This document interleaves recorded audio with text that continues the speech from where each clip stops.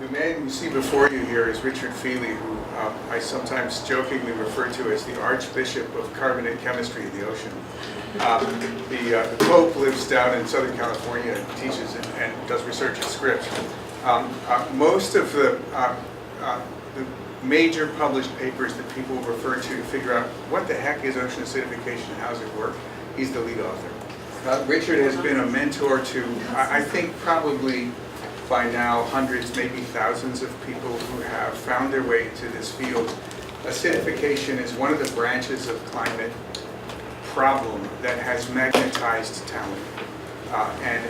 If you look at the way that the field has grown, the publications have grown, the number of people just pouring their time and energy into it has grown. It's phenomenal, and a big part of the credit is due to this man here. Richard is at the Pacific Marine Environmental Lab at NOAA here in Seattle. We are extremely fortunate in this region to have Richard and others in this area who are really technically competent to define what's going on in the ocean. That's tricky. It's tricky enough that if you, as I have, go talk to people around the world about the problems they're experiencing in the ocean, they will tell you we don't have an acidification problem until somebody like Richard comes along and shows them that they do, and it's actually why some things they're trying to grow or catch aren't there anymore. And it's in case after case worldwide. You got to have somebody who can do this extremely difficult kind of chemistry to find out what's happening to you. And if you don't, you wind up using the things you understand to try to understand the change in the ocean. Like, I know how to run a thermometer, therefore it's about thermal change. And this is the hammer that meets a nail in every case, right? We all have a hammer, therefore the world is a nail. And really, Dick Feely is one of the folks who's taught us that we need something more than a hammer to encounter this problem. A thermometer does not always tell us what's going on.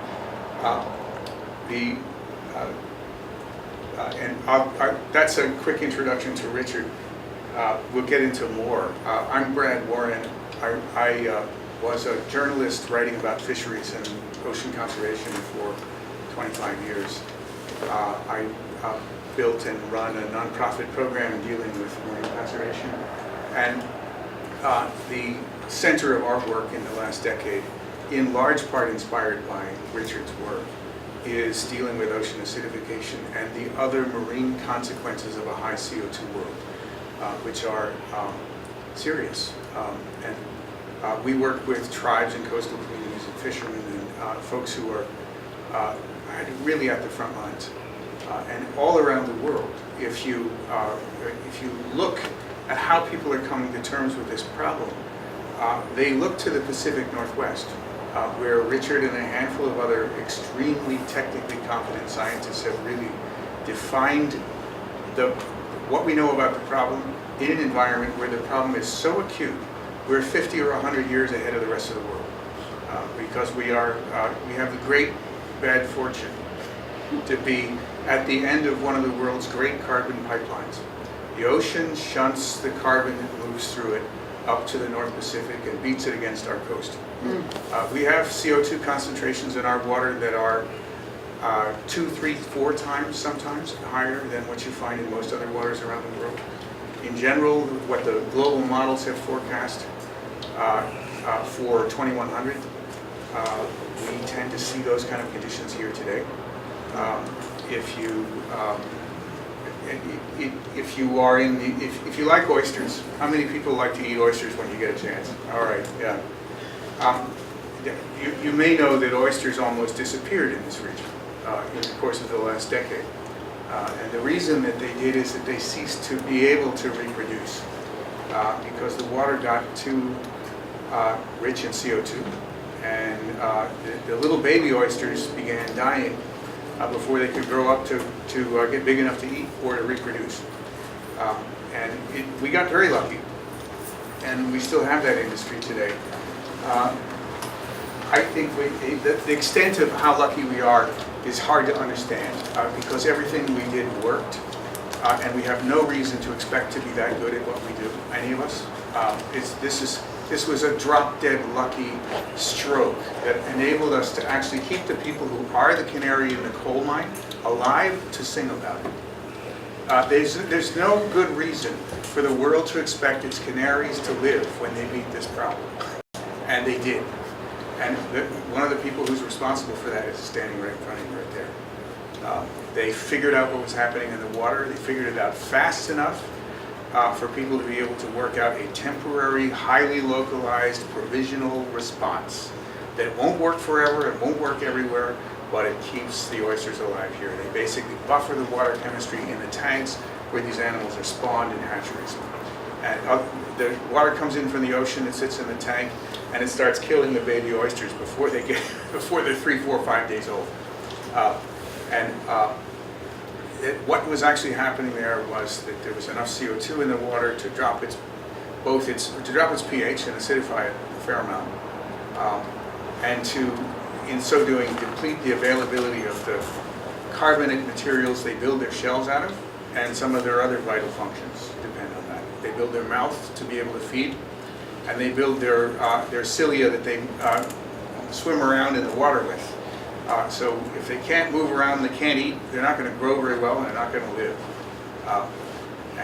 They wind up with deformed shells and all kinds of other problems. Or they don't have any mouths. Yeah, they don't have any mouths, no feeding apparatus. And so people were looking at these tiny little animals swarming listlessly around in the bottom of their tanks in hatcheries, and they didn't know why. They thought they had a disease. It wasn't a disease. It was a chemistry problem. So that's a bit of background. And I think where I want to take us in the very beginning of this conversation before we go too much farther is into just a piece of personal background. Richard, you come from farm family, right? Right. Well, I had a very unusual grandfather. I wanted to tell you that story. Today I've heard how our families shape our lives. And I had a particularly fascinating grandfather. He was a farmer in North Dakota. And I had to live with him for a long time when I was young. And every day he would take me out into his farm and show me the plants. He had lots of different plants. And his big thing in life was actually to do experiments on the plants so that he could grow plants that were more disease resistant. So he mixed different species and find that were more resistant. He had a laboratory in his building, and he'd take me to the laboratory every day and show me the experiments that he was doing so that I could understand. I was only 5, 6 years old at the time. But I got really excited about him and what he was doing. He was a wonderful, wonderful man. And he ingrained in me the importance of taking care of the land and the importance of doing something good that made a difference. It turns out that he produced the most resistant potatoes that we have in this country today. The red potato we like to eat, that was his potato. And it taught me the importance of loving the land and appreciating science, how you bring science and love for the land and family together. And so it was a major thing for me as a 5, 6-year-old to learn how important science was. And that really shaped me. So science is one of the instruments of stewardship. Stewardship is one of the mandates of every ethical and faith tradition. Richard, I don't think I'm talking out of school to say that you're a deep Catholic. And that's just part of what you grew up with. Absolutely. And I am a Buddhist. Our family motto is faith, family, and friends. Of course, it's F, so we always have to do it with F. Faith, family, and friends. You can think of faith, family, and community. Same. Yeah. I grew up in a family that was Catholic until my grandmother got molested at age 12 by a priest. At which point, religion vanished from the family. If you asked my grandmother about anything spiritual, she would change the conversation. If you persisted, she would say, I don't know what you're talking about. She would change the conversation again. What she and her generation in my family taught me was that for them, salmon, they fished in the Columbia and its tributaries. This was the meaning of life. They organized their lives around it. And when the salmon that they caught were destroyed by dams, they got mad and they went silent. They felt completely powerless. And I, as a mouthy little brat growing up on their knees, thought, I'm going to mouth off about this and change the world. And I haven't succeeded at that particular thing. The salmon are in deep trouble to this day. But mouthing off about salmon led to getting involved in writing and working in the business of looking after fishery resources, making sure that the waters we love still need them. And that's really why I do what I do. It's a slightly different variant on a story that, you know, we had grandparents, both Richard and I, who taught us something indelible. Almost all of you probably have a similar story. The people who gave us the deepest meanings are why we're here. And with that, I'm going to let Richard jump in. Thank you. We'll be happy to answer any questions as we go along. I work here at NOAA's Pacific Marine Environmental Laboratory. It's a laboratory out at Sandpoint. And as I said, I grew up with the concept of stewardship. And the model of NOAA's science, service, and stewardship. So I felt right at home right from the beginning. I came here in 1974 and stayed ever since and raised my family. So I'm really a Washingtonian at heart. Going from Minnesota to Washington was natural because both states really care a lot about the environment. So it was natural for me to do that. So here's the great ship we have that I go out on cruises. We cruise from all over the world on this ship. Most of our work is in the North Pacific, and so I go from either Antarctica to Alaska, or from Japan to Mexico, or in this case, all along the coast from Canada to Mexico. We've been doing this now since 2007. I've led so far 5 cruises about ocean acidification on our coast. And we take water samples. We actually collect the biology as we're doing the chemistry. I'm a big proponent of doing biology and chemistry together, so we can actually see what's actually occurring when it is occurring. And this is the way we do it. These are all the different biological samples that we collect. It really has been a joy to work with the biologists and learn about biology and chemistry. So this is what Richard Gammon was talking about. Here is the CO2 record since the year 1000. Here's we are today. Dave Keeling was the person who made the very first measurements of Mount Low. He was my mentor. He's the person who told me it's very important to make really good measurements.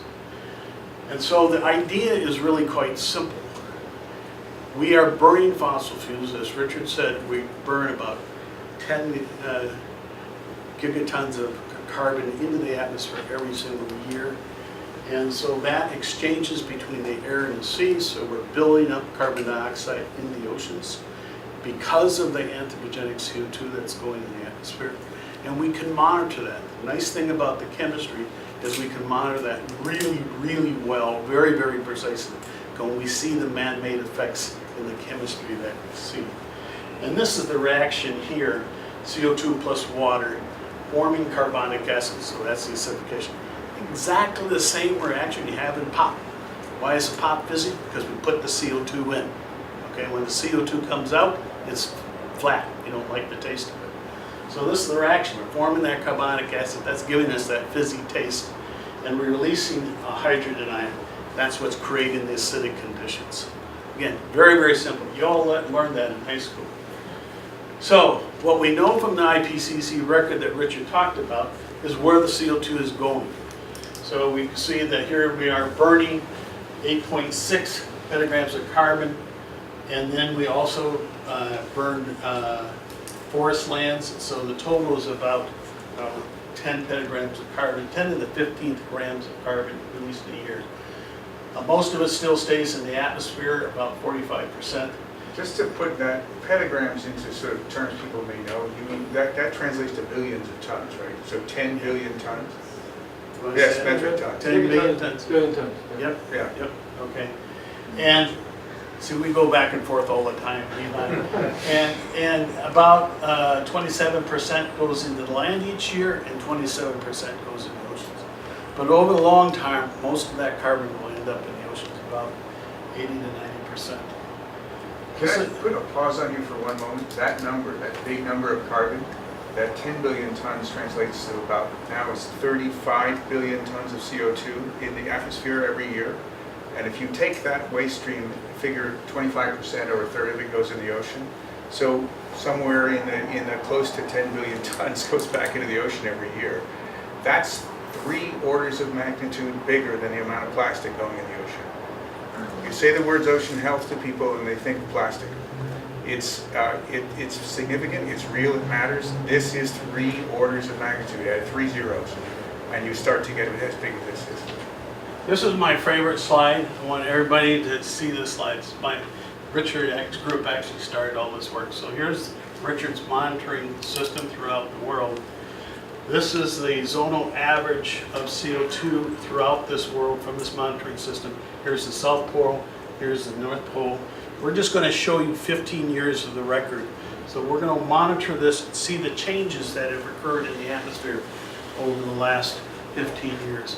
What's fascinating is we know the chemistry well. We make these measurements so well, you can actually see the changing levels of atmospheric CO2 throughout the entire world, all over the world. So this is the northern hemisphere, so we see the rapid rise because most of the CO2 from fossil fuel burning comes in the northern hemisphere. And you can see this is what happens is that it's taken up in the summertime into trees and plants. It's released back in the wintertime, so this is the breathing of the world. And we can see that even the southern hemisphere continues to increase because that CO2 mixes throughout the world very, very fast. So while we're monitoring the atmospheric CO2, which again is this black line right there, we go to places throughout the world at Aloha, Bats and Hots, and measure the chemistry of the ocean. So here's the chemistry of the ocean, the green lines and the yellow lines, right laid on the atmospheric CO2. The most important about this slide is that the ocean chemistry is changing commensurate with the atmospheric increase. It's increasing at the same rate. You can see that. And I've also plotted here the pH changes. And here from measurements alone, just making the measurements out at sea, year after year after year, you can see the pH decrease.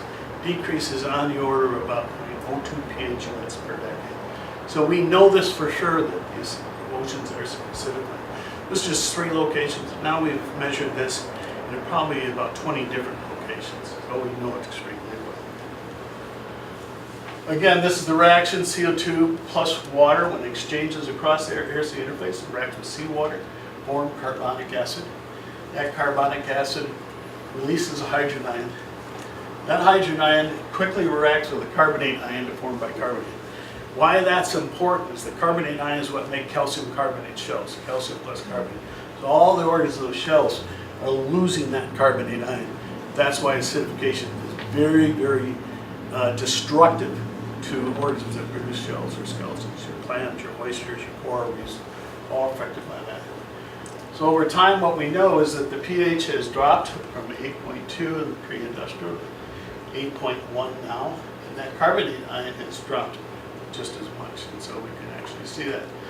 As Richard's scenarios for the end of the century have been projected out, we'd see that the pH drop another 0.3 or 0.4 pH units. Now pH is a logarithmic scale, just like a Richter scale. So that means that change in pH is like 100 to 150% increase in those hydrogen ions. The acidity is increasing very fast, and the carbonate ion will be decreasing by 50% this century. So these are the changes we're seeing worldwide. This is the way it would look like. Here's the ocean pH in 1850, and here's the projection for the pH in 2100. So we start here in the blues, we end up here in the 7.7. Major changes in the pH. And there is places where it's most intensified, usually in the northern and southern oceans, because when the waters are colder, they acidify faster, about 30% faster. And also, as we see in areas of upbuilding, like along our coast, we see the intensification of the process along. So in our coast, it's acidifying faster by about 50 to 80% than it is in the global oceans. We are very, very, very sensitive in our areas. That's why we've seen the most acute effects along our coast here. And what we see is that, in fact, when you start looking at the CO2 information, it's changing very, very rapidly from the previous century to what it is now. Sometimes somewhere about 10 to 100 times faster than what has been done before. And so that means the organisms have a much more difficult time responding to the changes. You know, they evolve over many tens or hundreds of years, and they've got to respond to these kinds of changes over a very short period of time. Same thing is true with the temperature. Oceans are warming, and are warming dramatically. Now, I said that we have a declining carbonate ion. That's important because animals take the carbonate and the calcium, form the calcium carbonate shell. And what I do for a living is I determine whether it's favorable to make that shell or not. And so we do these calculations, and when the numbers are greater than 1, the saturation is greater than 1, they can produce a shell, they're just fine. When it gets to be less than 1, and when we say the water is undersaturated, they will dissolve, and they will dissolve but they're still living. So many of the species, you can see the shells dissolving. That's when we know we have a problem. We have some species, what we call the sea butterflies, which are our canaries of the coal mine. The worst we've ever seen them are right here in Puget Sound and along our coast. I'll show you that in a little bit. And it's a way of indicating exactly how bad it is. So what we do, what my job to do is to figure out where that man-made CO2 is in the oceans. Here's the Atlantic, here's the Pacific, and the Indian. You can see all this man-made CO2 still in the upper part of the ocean because the ocean circulates so slowly. It's still here in the upper part of the ocean for the most part, where most of the organisms live. So still concentrating in the area where they live. And again, I said that our area, this is where that corrosive water is, how shallow it is. And the blues means it's very shallow. Our area is the region where it's most effective. The Arctic Ocean is a little bit worse than us, but our area is one of the most sensitive areas. So we have to worry about that because of our fisheries. Here is an estimate. This is really the heart of the matter here, and this is what Richard has been talking about, Brad's been talking about. This is our choices. This is if we reduce CO2 emissions. The blue is where if we reduce CO2 emissions. The black is if we don't, if this is the business as usual scenario. So these projections on how much the saturation state would drop and how much the pH would drop under those scenarios. That's our choice that mankind has. And the interesting thing about it is if we follow the CO2 emission 8.5 scenario, business as usual, let it all rip, we see a drop in the aragonite saturation state, we see a drop in pH that I showed you earlier.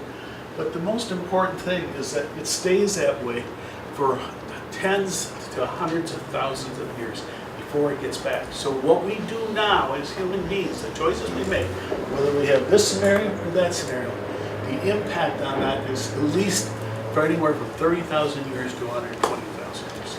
That's the impact of our decisions that we make as human beings. So longer than there's been anything we recognize as civilization. Exactly right. So what we know for sure is approximately 28% of the CO2 that were emitted goes into the oceans. The ocean has increased its acidity already by 30%. And the ocean acidity is projected to increase by 100 to 150% by the end of the century. And the current rate of acidification is at least 10 times faster than we've seen for at least the last 50 million years. So we're having a tremendous impact on the ocean ecosystem, and something the oceans have not seen or evolved to in the past.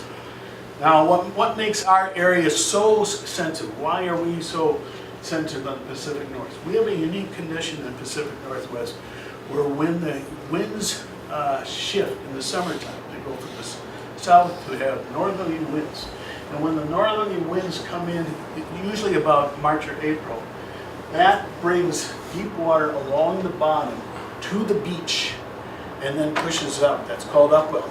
That's what makes our fisheries so rich, because we bring in nutrients and the fish like the nutrients, and so we create this great condition where there's a lot of productivity.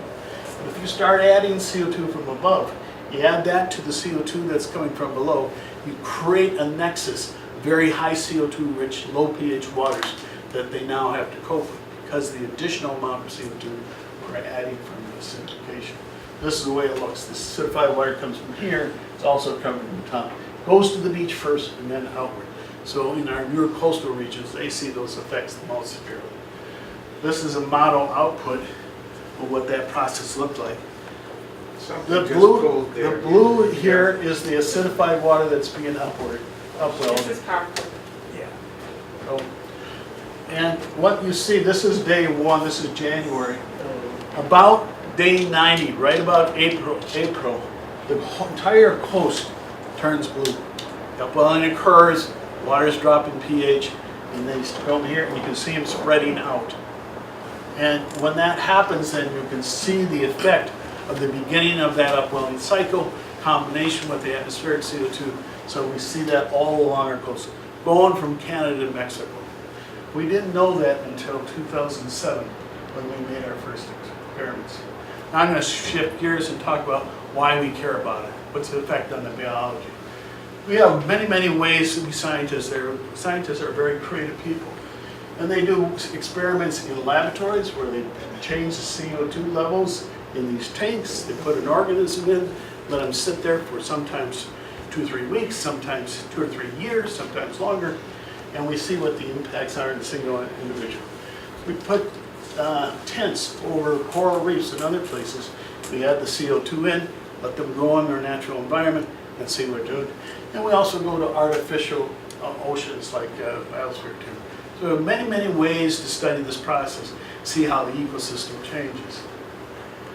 A very unique set of experiments by my colleague Uf Ribaso, who was a graduate of UW, put out these very nice mesocosms. They just put them in the water. This is at Svalbard.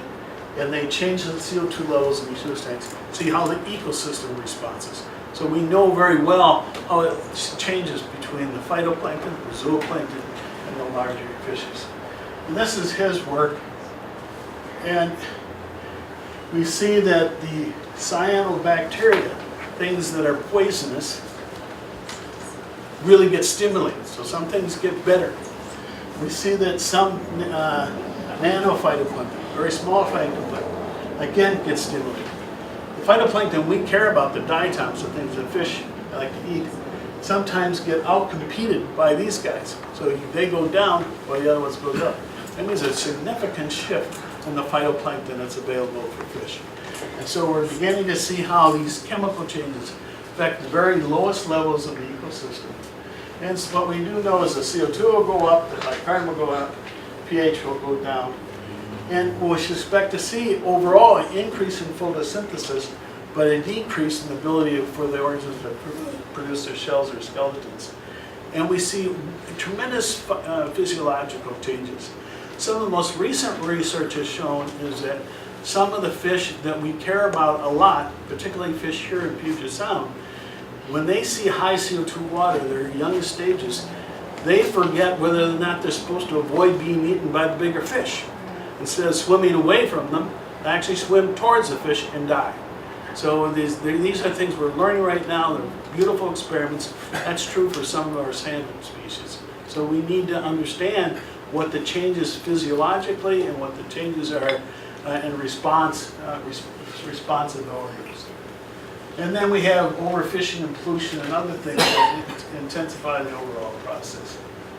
So I'm going to show you some very quick experiments. These are meta-analysis. All that means is we looked at all the data through all the literature, 500 experiments, and see what the overall results for pH drop 0.5. And what we found is that most of the calcifying organisms that we've looked at so far show a decrease in their ability to calcify. Different species, very, very sensitive, some are not so sensitive. But we get a good sense that their ability to... All right, so what we talked about is the lowest level organisms. We really care about the lowest level organisms because they're the food for the next level up. They're the food for the salmon, they're the food for the whales, they're the food for our birds. So we really need to understand every effect that occurs along the way, whether they're direct effects on their chemistry of their bodies or indirect effects on how one species affects another. And here in NOAA and in the University of Washington, with many, many groups, that actually study this in very effective ways. One way of understanding how upwelling works in combination with atmospheric CO2 is if you've ever had an engine with a choke on it and you over-enrich the fuel, your motor doesn't run so good. We've essentially over-enriched the ocean, which on the West Coast is a remarkably powerful engine of life. And partly it's been that way because there's a lot of CO2 naturally occurring there, and that's fuel for life. When you put a little too much in, you over-enrich the fuel, and you pay for that. That's kind of where we're at. All right, Okay, Peter, I want to bring it a bit home, and it's something that Brad said earlier. So in 2008, our hatcheries were losing all their oyster seed, we call it, oyster seed. And what that meant was that they developed the seed in an oyster hatchery. And this is like where you create about 40 billion seed organisms. You sell that seed, oyster larvae, to the oyster farmers. They spread it out just like seed and put it on their farms.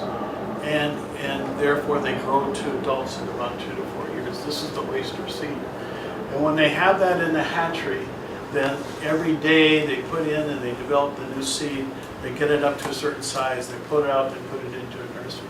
2008, all these oyster larvae were dying. And they just happened to hear something I said one time in a paper in Science, and they asked me to come out and talk to them about it. And so we talked to them about, we said, this is not due to a bacterium or anything else, it's actually due to the acidification of the water. And we think we can help you.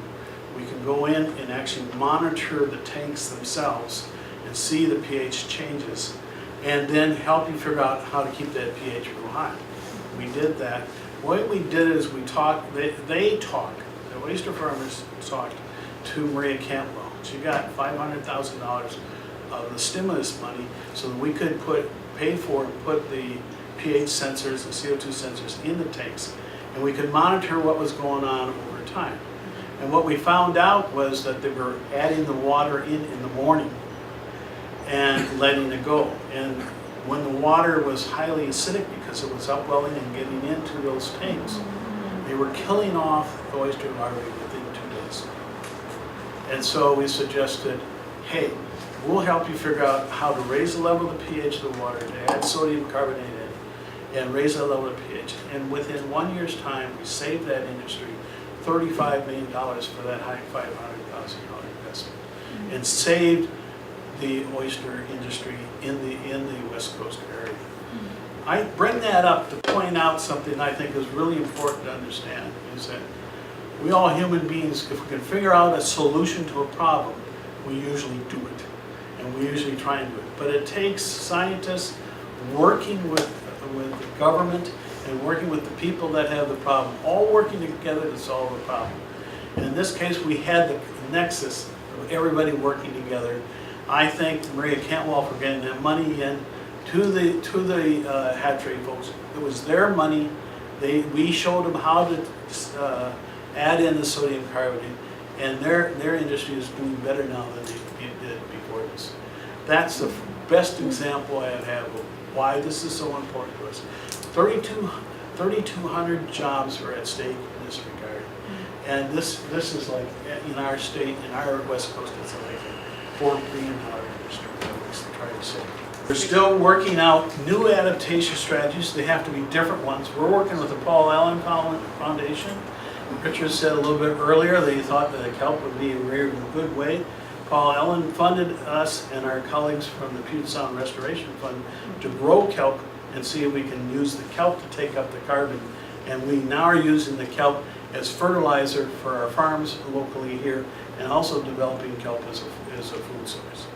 So this is a way we can utilize local processes and future economic feasibility of kelp to help address this kind of problem.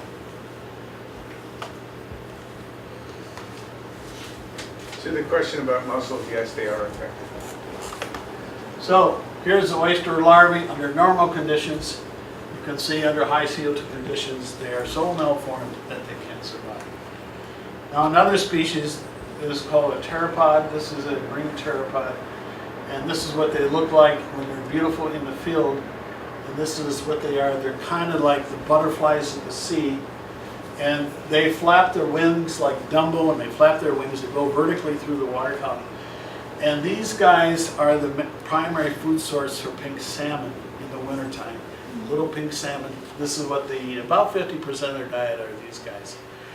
And this is an experimental work in a laboratory and showing what the effect of CO2 is on those shells. In fact, those shells are dissolving. This is what a normal pteropod would look like. This is a pteropod present day in our coastal water. Begin to see the dissolution that's occurring. This is what the pteropod will look like in 2050. And about 70% of the pteropods would look like that in 2050. This is what we're seeing. So what happens, whatever happens to the pteropods has a direct impact on what would happen to our salmon. So we need to understand what to do about it. But we're suggesting that these pteropods are sentinels for algae species. So here are the pteropods. They are eaten by the pink salmon. And the pink salmon then are food source for our birds and our whales. So you can see the whole idea is we have to understand each step of the food chain, how important these changes are, how it's affected each group of the organisms in the food chain. And that's what we're trying to do within NOAA. Yes? What about freshwater ecosystems? Has that been studied, the effect of acidification? You know, it hasn't been nearly as well studied as it has in the oceans. It's a shame. It just hasn't. There hasn't been a lot of studies in freshwater. So is NOAA actually able to join the fight against the fossil fuel companies, or is the political situation such that you're having to stay quiet? Well, NOAA is a science agency, so their job is to provide the public with the scientific information that allows them to develop good policy. And my job as a scientist to provide you with information that's very, very clear, and so you all can make good policy. There are other components of NOAA that does what works with policy, particularly in fisheries, as well as providing information to other agencies in the United States. So what happens on the coast in El Nino, La Nina years like we had, like the El Nino especially? Is there a linkage between Yes, acidity and I'm a little, we're working on a manuscript right now about that. And it turns out that in warm years, like El Nino, like we just had, the effect of the temperature is also bad on the organisms, as well as the effect of the CO2. And what our research shows is the combined effects of the warm waters and the CO2 makes things much, much worse than just warm water alone or CO2 alone. So it's a combined effect. And in this last El Nino, for example, we didn't see any pteropods in 2016 through the entire range of sampling that we did off of California. Waters were too warm, they couldn't exist there. They just get out of the region because they can't handle it. Now that may be a reason why California salmon is going down. We don't know yet, we haven't made those connections. But this is why we have serious concern. Waters were at least a degree and a half warmer than they should have been. So here's the phytoplankton. They're eaten by copepods, or the phytoplankton eaten by pteropods, and this is what the salmon eat. Here's just an example showing that when we look at salmon in the open ocean, about 45% of their diet are the pteropods. Why we care about this is that the seafood industry in the United States is $4 billion, and that half of that are calcium carbonate organisms like our clams and oysters and lobsters, and about the other half is our finfish, like our salmon, but those salmon are eating the shellfish. So about 3/4 of our seafood industry is based on processes that are affected by climate change and ocean acidification. Another impact of ocean acidification is a very serious one, is that toxic diatoms, as I said earlier, are enriched in high CO2 world. And those toxic diatoms cause a poison called domoic acid, which causes paralytic shellfish poisoning. In 2000, 15 and 16, we had to close most of the shellfish beds along the west coast because the poison were so high. Well, it turns out that the concentration of the domoic acid increases in a high CO2 world, as well as the growth rate continues to increase. So the poisonous, harmful algal bloom species increase, and the concentration of the poison increases dramatically. So here's what we know so far on a global basis. These are different organisms that we have looked at so far. The red lines indicate negative impacts, yellow lines indicate no impact, green lines indicate positive impacts. Here's the different CO2 levels. You can see for different groups of organisms, we can see the different impacts of ocean acidification at those levels. And what that means is that for these different groups, we can actually anticipate what the worth of those organisms on a commercial basis are. $24 billion a year for mollusks, $0.7 billion a year for chitinodonts. You can actually get an estimate of what the impact are for corals. It's anywhere from 30 to 375 million. It's estimated by the end of the century the impact of ocean acidification based on these economic projections would be about $1 trillion a year.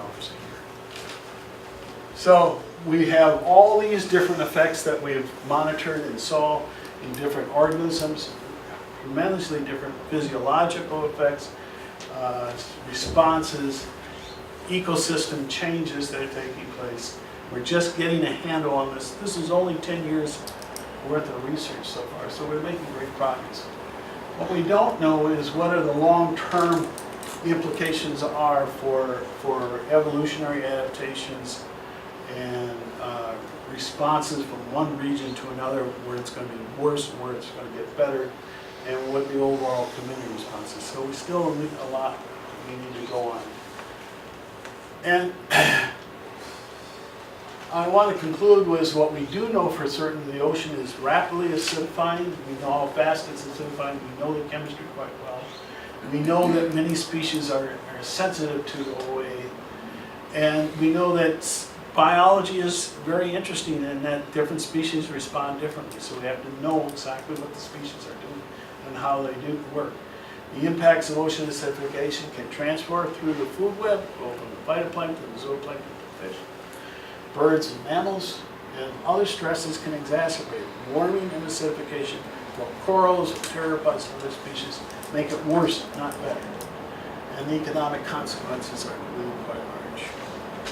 So I think I'll stop there. The bottom line is the ocean's footprint of mankind's impact. It's now warmer, it's more acidic, and becoming less and less dangerous.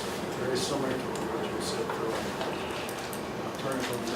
And you've covered enough of the terrain that I can skip some of my slides, so I'll keep it short and try to get us into discussion quickly. Is there a USB port I can drop into here? And you just take that one out. Okay. One question. Yeah. You talked about the deacidification, like through chemical additions. It looked like down in Long Beach, El Waco area to restore the basic nature of the water. But in a kind of time sense, how long will that last if things are getting worse and worse? Well, because of the upwelling situation, you can think of this way. The waters that we are upwelling carry the anthropogenic signal from 30 years ago. The waters came from the North Pacific 30 to 50 years ago. And they're on the train. That means their CO2 concentrations were about half of what they are today.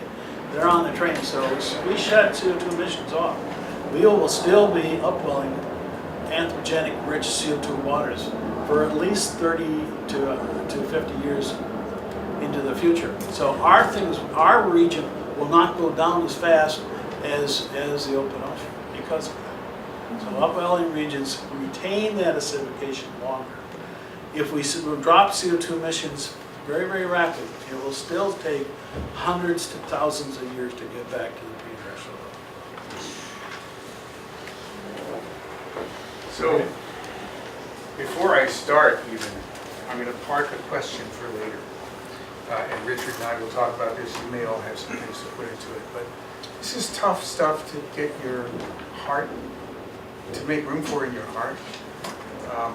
It's hard to get up in the morning some days when you think about this all day, every day.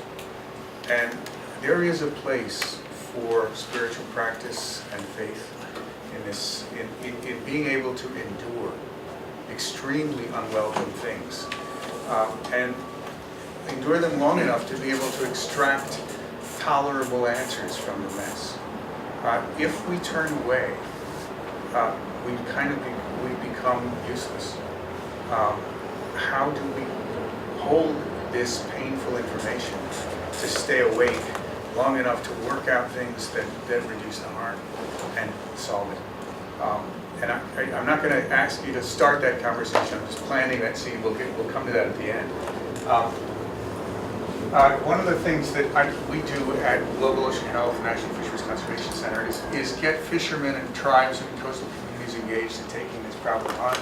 In 2009, we organized 500 people in Homer, with partners locally, Homer, Alaska. We got out in 100 vessels and spelled out SOS Acid Ocean, and there was video and film, and it's still in use all over the world. We're still referring to it. That was an awareness building, early game action. It was something people were really committed to, and it's still the case that some of the most effective advocates working on this are folks who are frontline, wearing the rubber boots, pulling fish out of the sea and saying, hey, I care, this is my living, this is my food. So I'll talk real quickly about who we are in our organization, what we do, a little about acidification and climate impacts. I'll cut that part because Richard's really covered it well. And I'll get into some of the toolkit for emissions reduction policies that we've spent a lot of time on in the last few years. What are things we can do that move the needle? And here in the Northwest, we're in a very ripe position because we have some things going in both Oregon and Washington that are quite promising policies. We think there's ways to improve them and make them even better. But they're pending, and there's going to be a pretty interesting ballot measure in 2018, we expect. Long and short, we've been working on this for about a decade.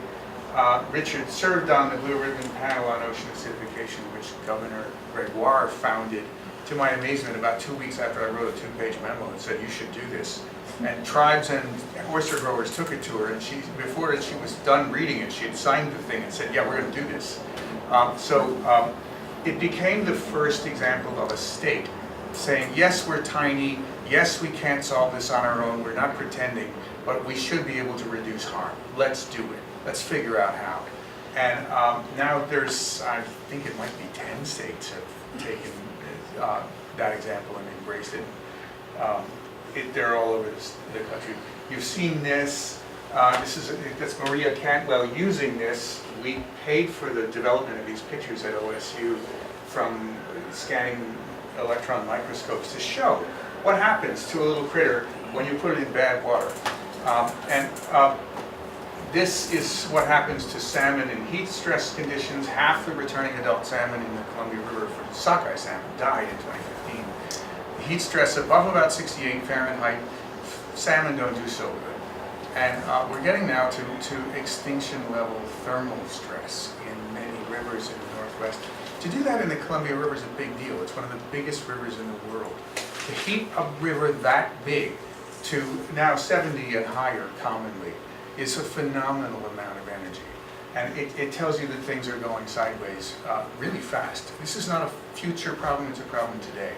The surveys that WDFW, Fish and Wildlife, conducts for salmon here in Washington State waters, this year they're reporting that they tow their net and they just don't catch any salmon. So, I mean, this has never happened before. And you know, there are some tows that just come up empty. And I mean, that's where we're at. So for salmon people, the tribes first and foremost, and pretty much everyone who grew up feasting on this incredible wealth of food that the West Coast has given us for centuries, this is a big deal. Fires, another big deal. This year, forest fires in Washington State went from essentially a statistically insignificant source of carbon to maybe 32% of our emissions for the year. That makes them second only to transportation. And the folks who run that land, many of them are tribes, DNR, it fights a lot of these fires. These people are saying, we are now in a position where we need to get hold of some massive new source of revenue to help manage this problem. This problem is, by the way, not so good for the rivers that are next to those creeks. And you get a lot of problems, some of which probably include acidification from the carbon washing down into the creeks. This is the kind of red tide that Richard was talking about. It's toxic. It's, you know, if you eat something from that water, you're not going to be a happy camper. And that's in Puget Sound. I'll skip through this. It's already been covered. These toxic blooms have shut down fisheries coastwide. In 2015, we did lose pretty much most of the Dungeness crab fishery coastwide from California to Washington. That's a bedrock fishery in the economy of the coast, and that's a big deal. These are dead crabs on the coast in Oregon, dead herring in a fjord in Norway, actually, killed by low oxygen conditions. If you don't have enough oxygen, it's all she wrote. The mortality, even in crustaceans, which are tougher, as you may have seen in Richard's work, than a lot of other creatures, many crustaceans are quite tough. But king crab, the toughest thing in the Bering Sea that everybody, you know, the deadliest catch, yada, yada, yada, they do really bad. In a matter of 100 days, they basically are dead in the kind of conditions that are forecast to occur in that region regularly in the coming decades, and which occur seasonally now in parts of it. So lots of money at stake. Among the data, this data is no longer available. The Trump administration seems to have taken it off the NOAA website, which is a statistical tool for estimating economic value of fisheries. It's gone as far as I can see now. But in 2012, it showed there were 42,000 seafood-dependent jobs in Washington state. From working on the back deck to serving it on the dinner table in a seafood restaurant. The U.S. has about 1 million jobs in seafood in one way or another. Those are conceivably all at risk. What's it take? Where's the threshold? What do we have to hit in terms of emission reduction to keep the ocean making stuff we like? One way of thinking that through is through modeling studies. They're real hard to read. I'll try to make this one as clear as I can. Steinecker and his colleagues in 2013 basically said, if atmospheric concentration of CO2 is over about 550 parts per million, we have a 2/3 probability of not having an ocean that makes things we like. That's the simple English translation. Most of the ocean won't be able to do what it takes to make salmon and pollock and cod and halibut and whales and stuff like that. This is because of the depletion of a calcium carbonate form called aragonite. That's really the main limiting factor in this estimate. There are other limiting factors, thermal change and other things. But they're saying you get down to where aragonite's under 3, and you're going to have a lot of the things that you think should be in the ocean. And that's an interesting number because it's a high number. It's higher than we have here typically. And much of the world's ocean needs to have a lot of this stuff in it to produce the things we like to eat.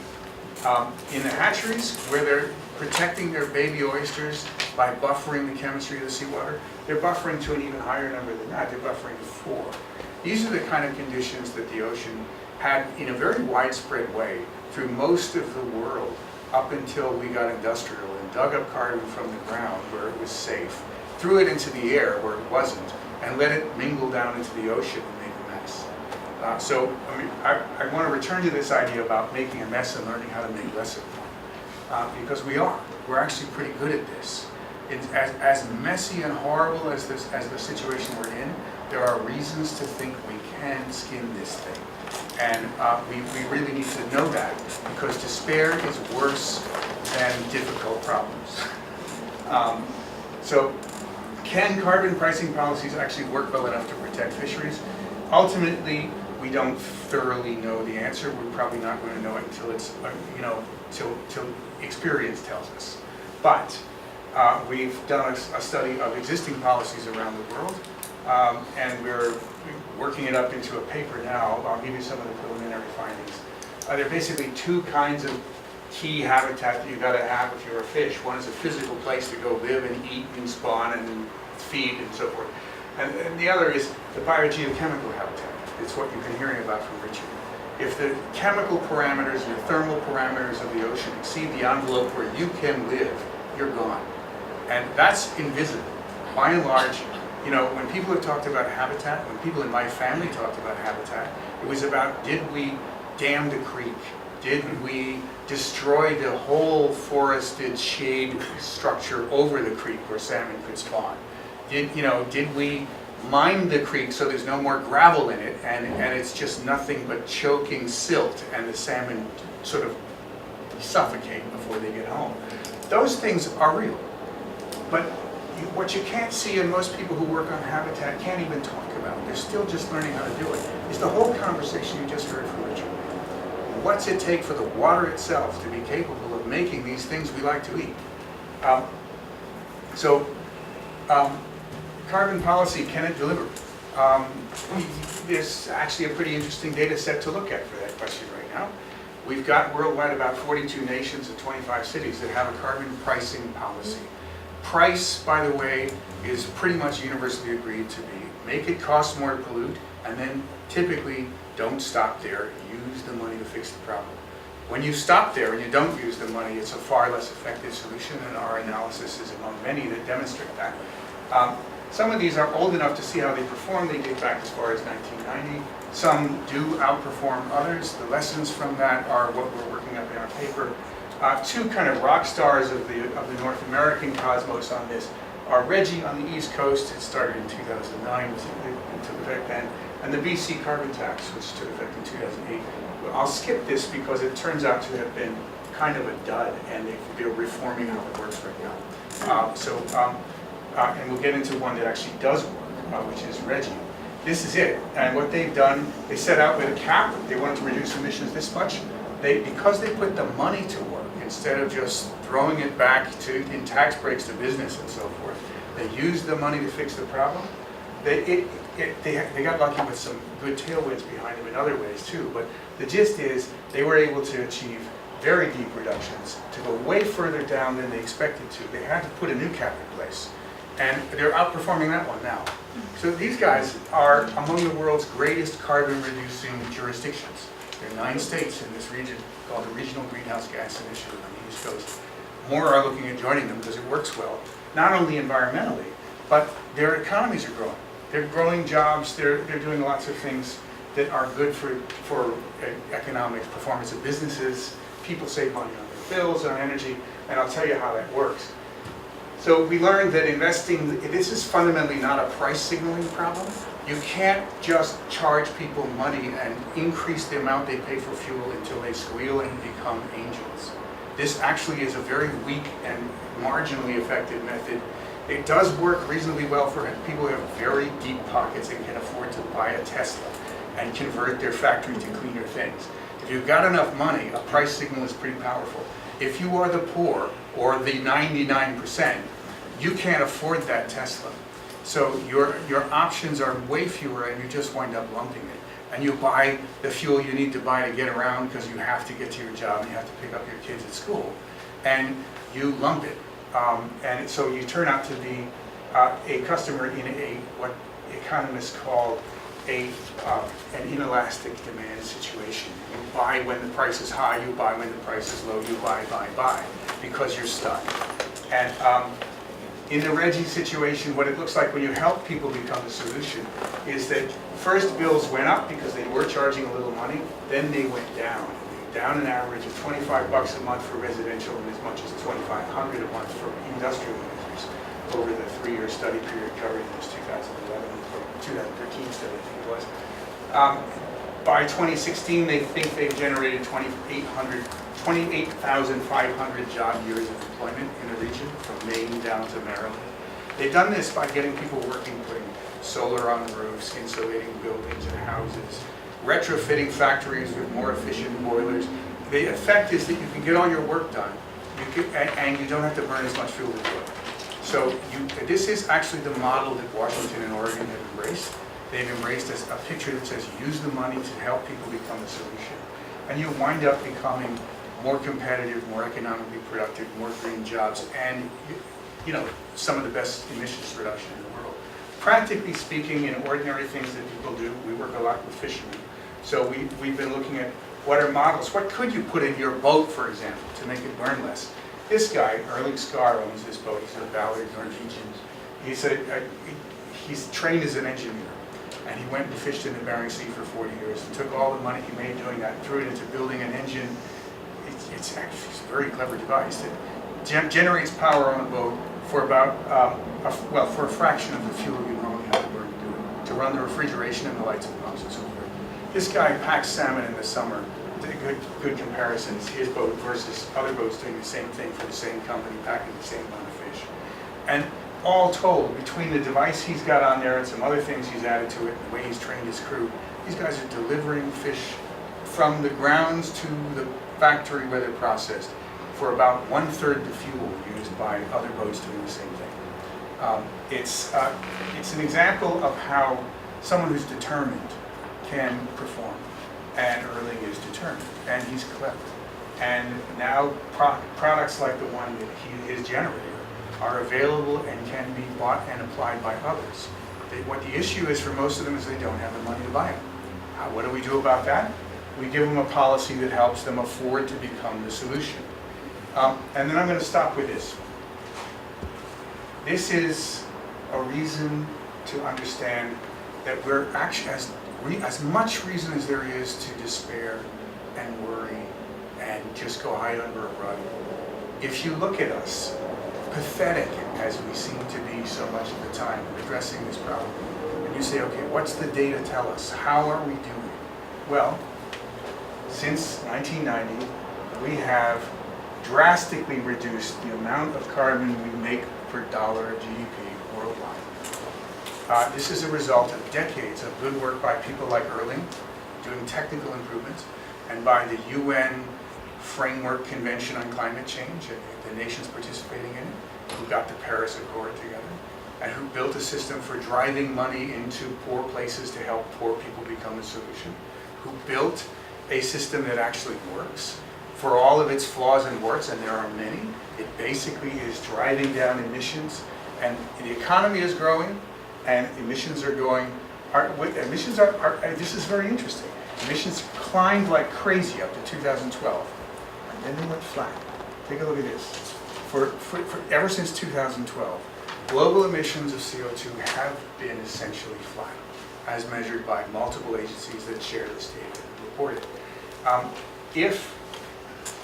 If you look at this, and then you think about, okay, Trump, panic, and all the reasons to be afraid, those are real. But they fall on a landscape where people are already getting really good at this. And they're getting good at it not just because they care about the environment, but because it's a money-saving strategy. It's a money-making strategy. It's a job-generating strategy. China just embraced a cap-and-trade model that they're taking nationwide this year. They did it in part based on the Reggie success story. They looked at companies exporting goods from New England that had been expensive, high-energy cost producers and got their energy costs down because they increased their fuel efficiency. And they said those guys are now better competitive exporters than they were. And if you rule China, your job security depends on having fast, export-driven growth in your economy.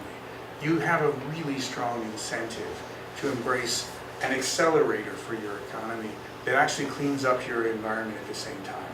So I'm not going to tell you you should count on China to perform with integrity. They're China.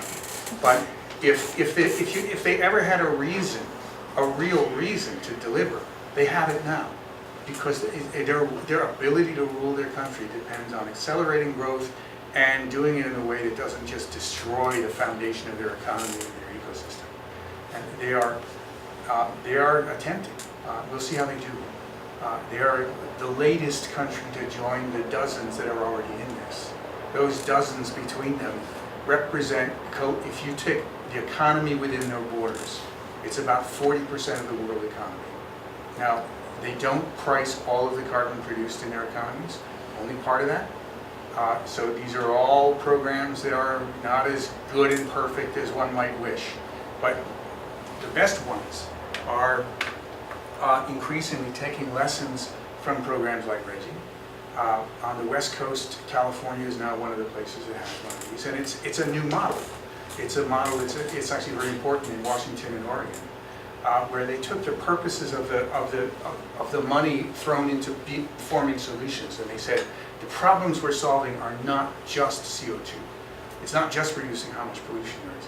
It's also uplifting the people who've been hurt by an economic model that essentially degrades nature and humankind in the same stroke. And if you help people get up off their knees and become capable, self-determined economic players, you get an economy that can, and you do it by helping them emit less while growing more jobs. You've got a win in so many dimensions that it's a very promising direction. Is it going to be perfect? No. We're going to make mistakes. And I think that the lessons from the West Coast triad of states, Oregon and Washington are on the verge of doing this, could well get it done in 2018. California has been up and running now for about 5 years. They got their system for carbon pricing and investing the money going in about 2013. It's still early to judge really how good or not it is, but it doesn't look like a failure. It actually looks like it's weathered some very hard challenges, and they've won against some steep legal fights, and it's set a precedent that demonstrates that you can widen the scope to try to address the economic and social consequences as well. And people are pursuing that quite hard here in the Northwest. So you'll see things show up probably on the ballot in 2018.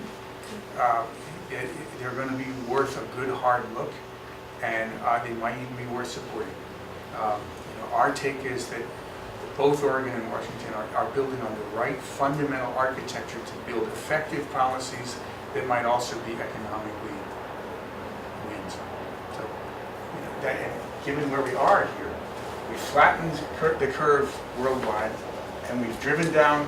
We've gotten better at making a living without making a mess worldwide, is what it comes down to. This is actually not a pipe dream. This is something we really can do.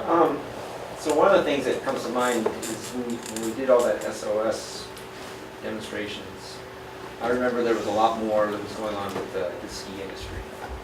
And the ski industry realized that they had to come together as well to kind of, understand, raise the issue in awareness and be a political player.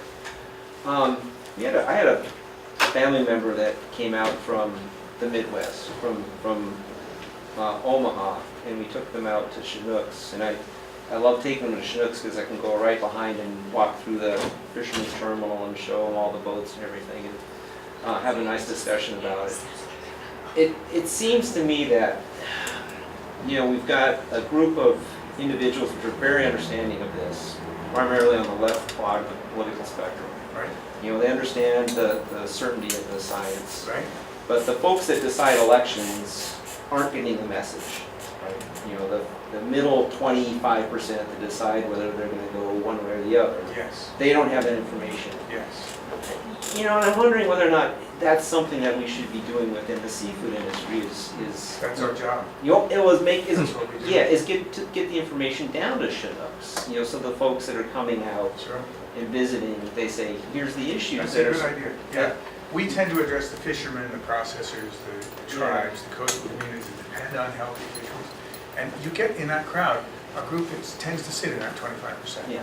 They tend to be moderate to right in their views, resistant to climate change as a reality, not necessarily 100%. It's an information thing. They're not getting the information. It's like, how do you meet people where they are through alternative methods of media distribution? Because they're not getting it now, right?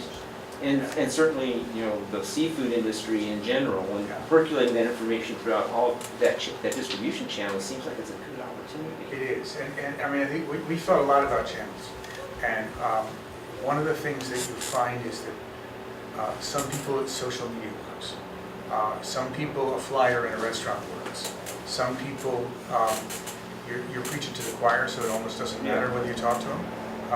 Some people start out saying, I don't want to hear about it, I'm opposed to a carbon. An example of this is the mayor of Ilwaco. Little fishing town, very poor, lots of people fishing with teeth on the streets, lots of storefronts with busted windows and nothing going on. And they got a fish plant that's the biggest employer in town. And the mayor of this town runs a charter fishing operation. And he's I think a blue dog Democrat, probably fair to say. And we started our conversations. And the reason he was willing to have these conversations, he's known me, I've helped him. We have a relationship. I'm someone he doesn't fear. I'm someone he kind of trusts. So he started out saying, carbon price, don't talk to me about carbon price. All that's going to do is screw us. The money's going to get hoovered up by Seattle. We're going to get left gasping on the fumes. That's the reality they think they live. Whether they're wrong or right, I don't care. That's what they believe. So we sat down and we worked out, what's it going to take for a policy to work for you and your community? What do you need from this? And he said, I want to be able to buy the watershed where our water comes from, because it's vulnerable to climate impacts and it's vulnerable to logging.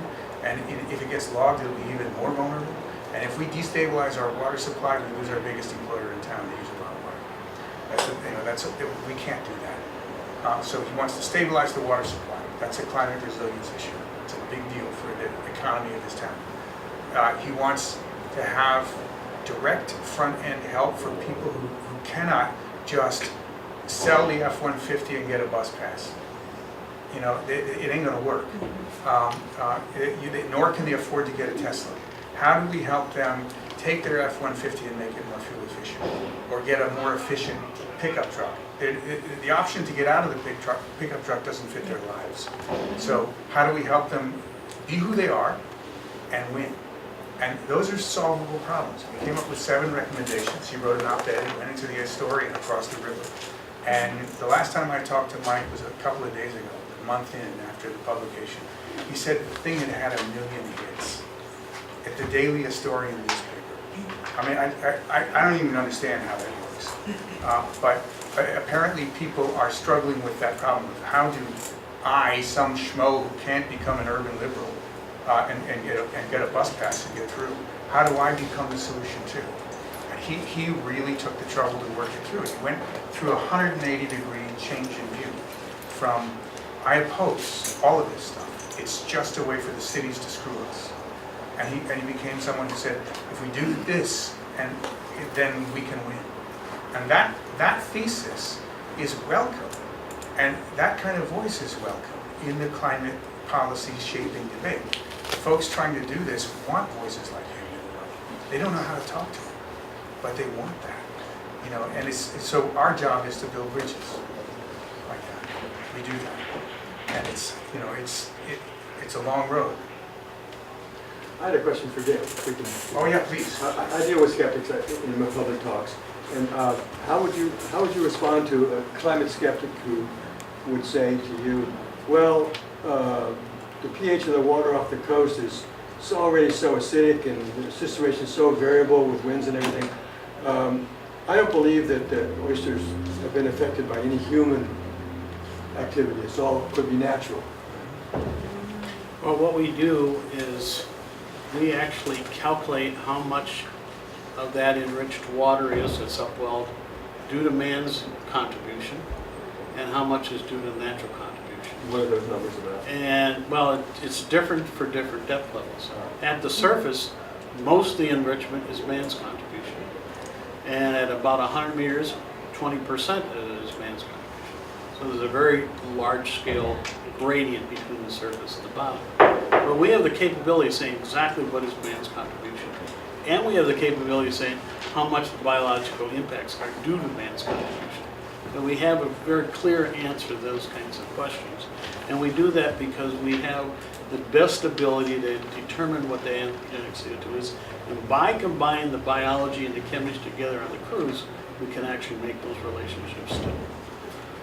So I think we're moving quite far along in our scientific capability. So when the oysters failed in 2008, you could say that at least was in part due to human signal. Yep, absolutely.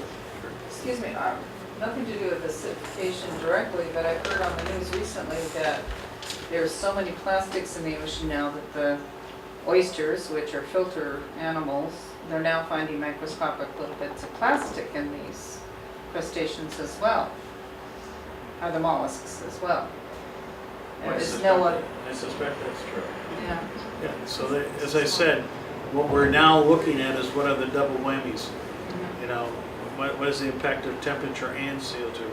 Well, we found out for this last go-around in 2016, the effect is a double whammy, tremendously strong impact of temperature and CO2.